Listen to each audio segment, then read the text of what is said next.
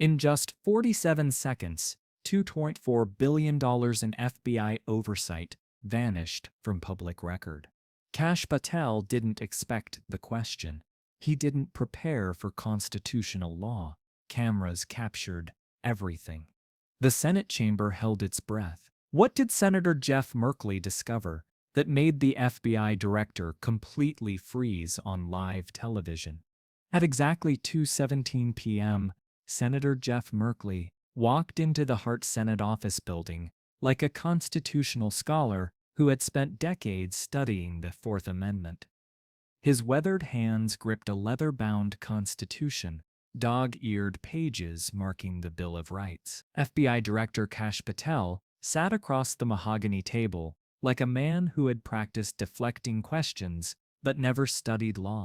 The chamber buzzed with tension. Reporters filled every seat, cameras focused on the two men who would define this moment.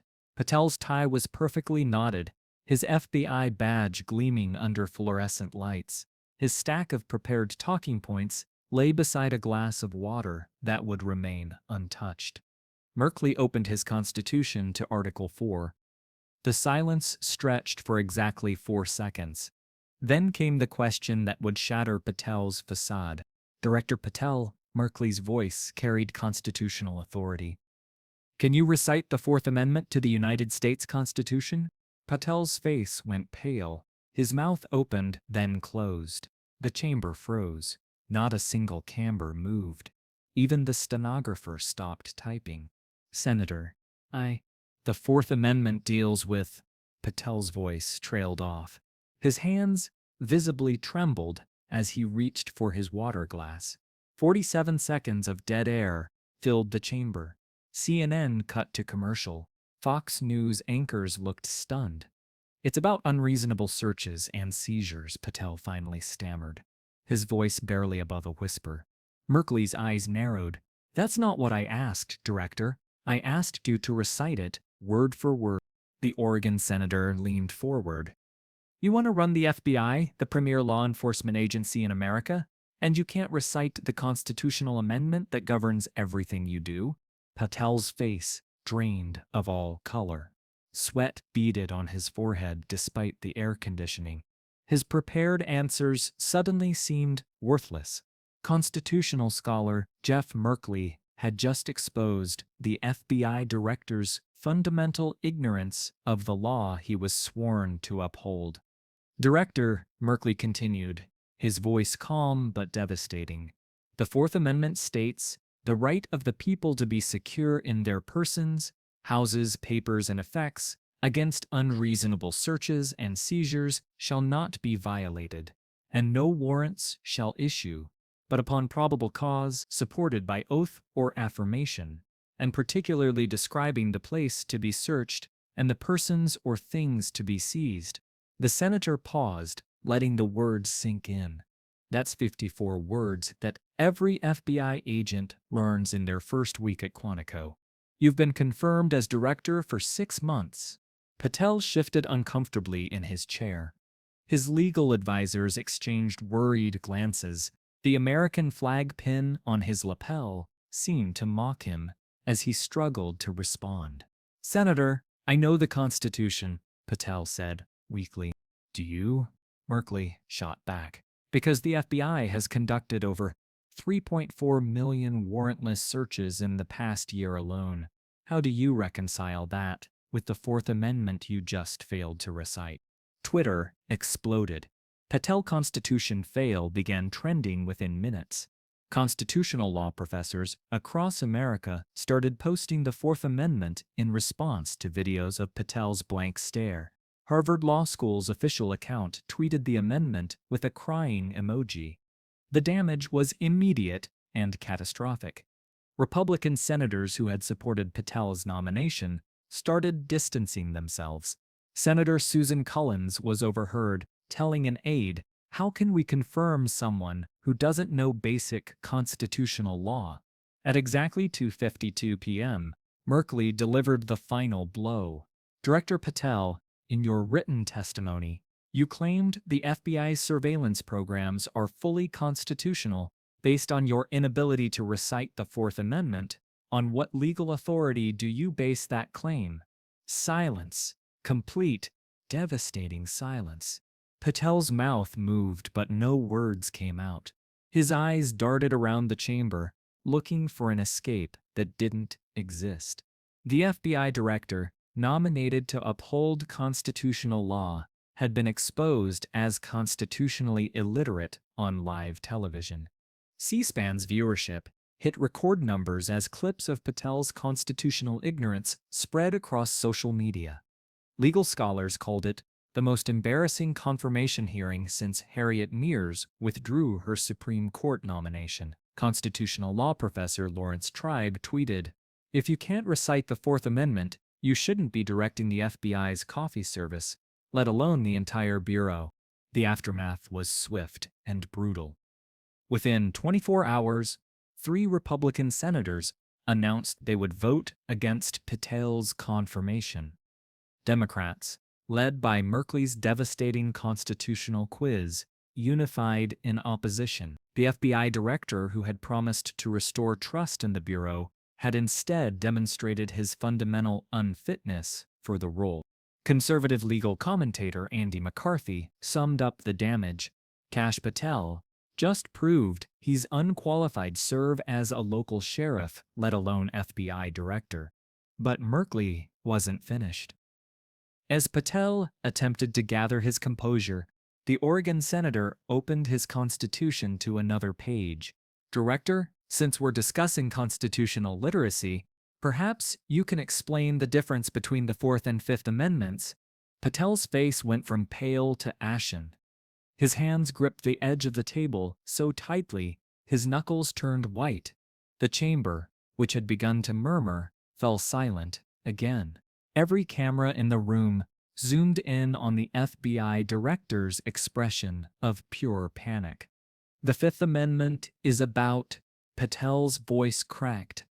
He cleared his throat and tried again. "It's about due process." "That's partially correct," Merkley said, his tone suggesting it was anything but. "But can you recite it, word for word?" The silence that followed was deafening. Reporters could be heard furiously typing. Senator Chuck Grassley, a longtime Republican, visibly shook his head. Even Patel's own legal team looked mortified as their client sat speechless before the most basic constitutional question. At exactly 3:04 p.m., Merkley made the situation worse for Patel. "Director, the Fifth Amendment contains 10 to 108 words. It protects against self-incrimination, guarantees due process, and prohibits double jeopardy. These are fundamental concepts that govern how the FBI conducts investigations. Your inability to recite basic constitutional law is deeply troubling."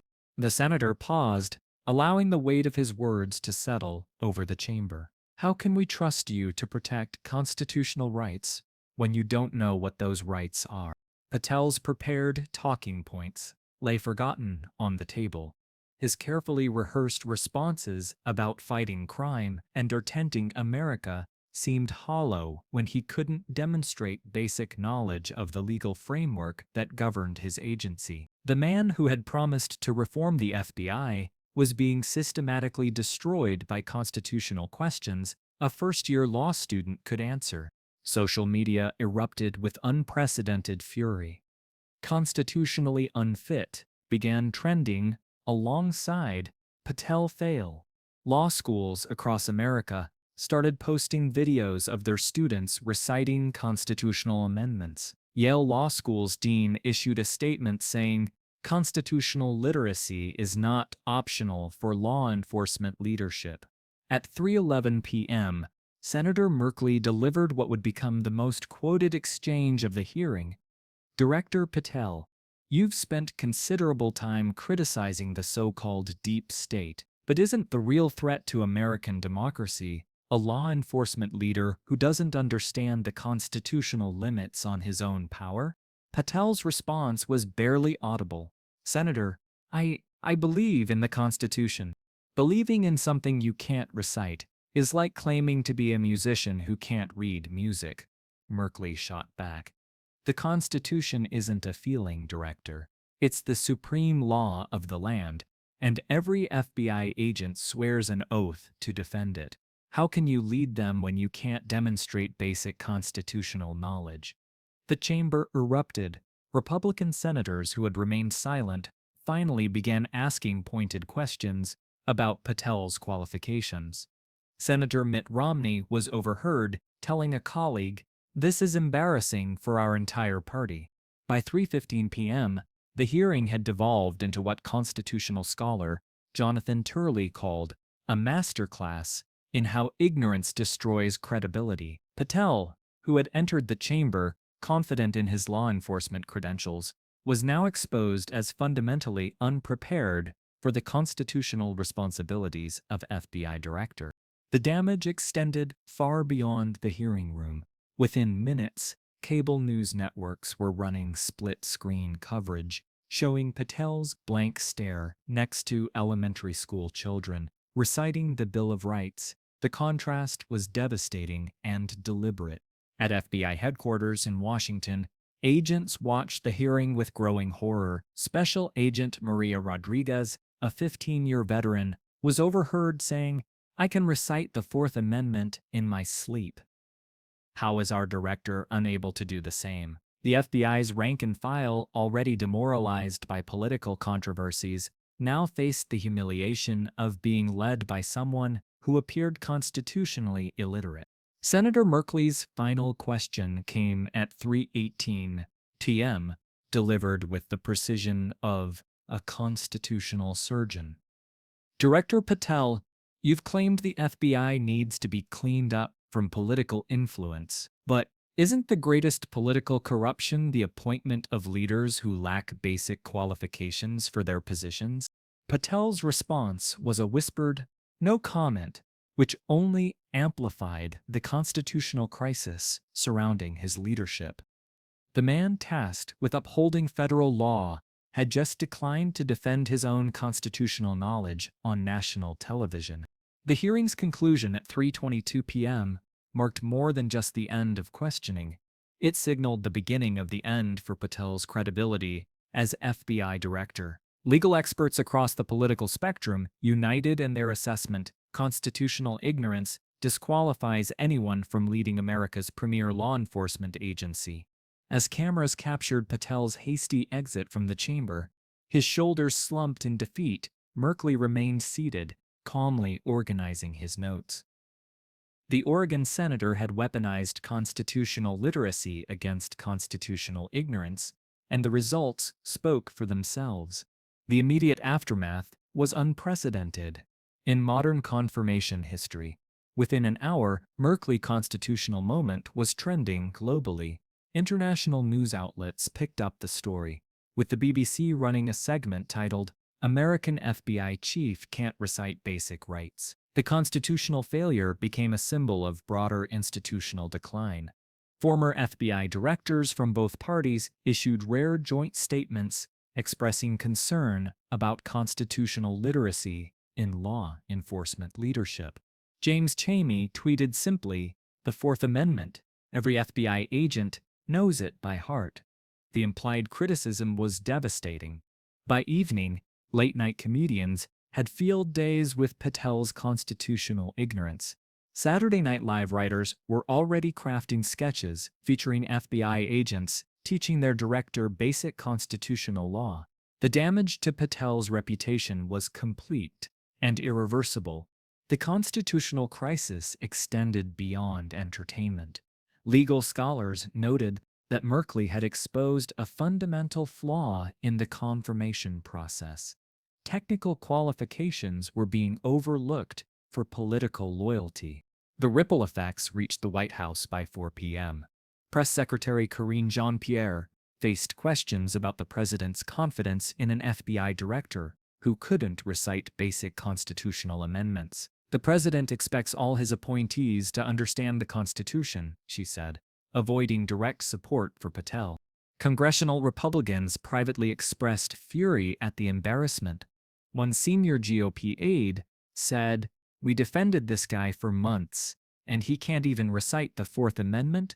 its political malpractice, the party's investment in Patel was becoming a liability. Law enforcement unions remained conspicuously silent.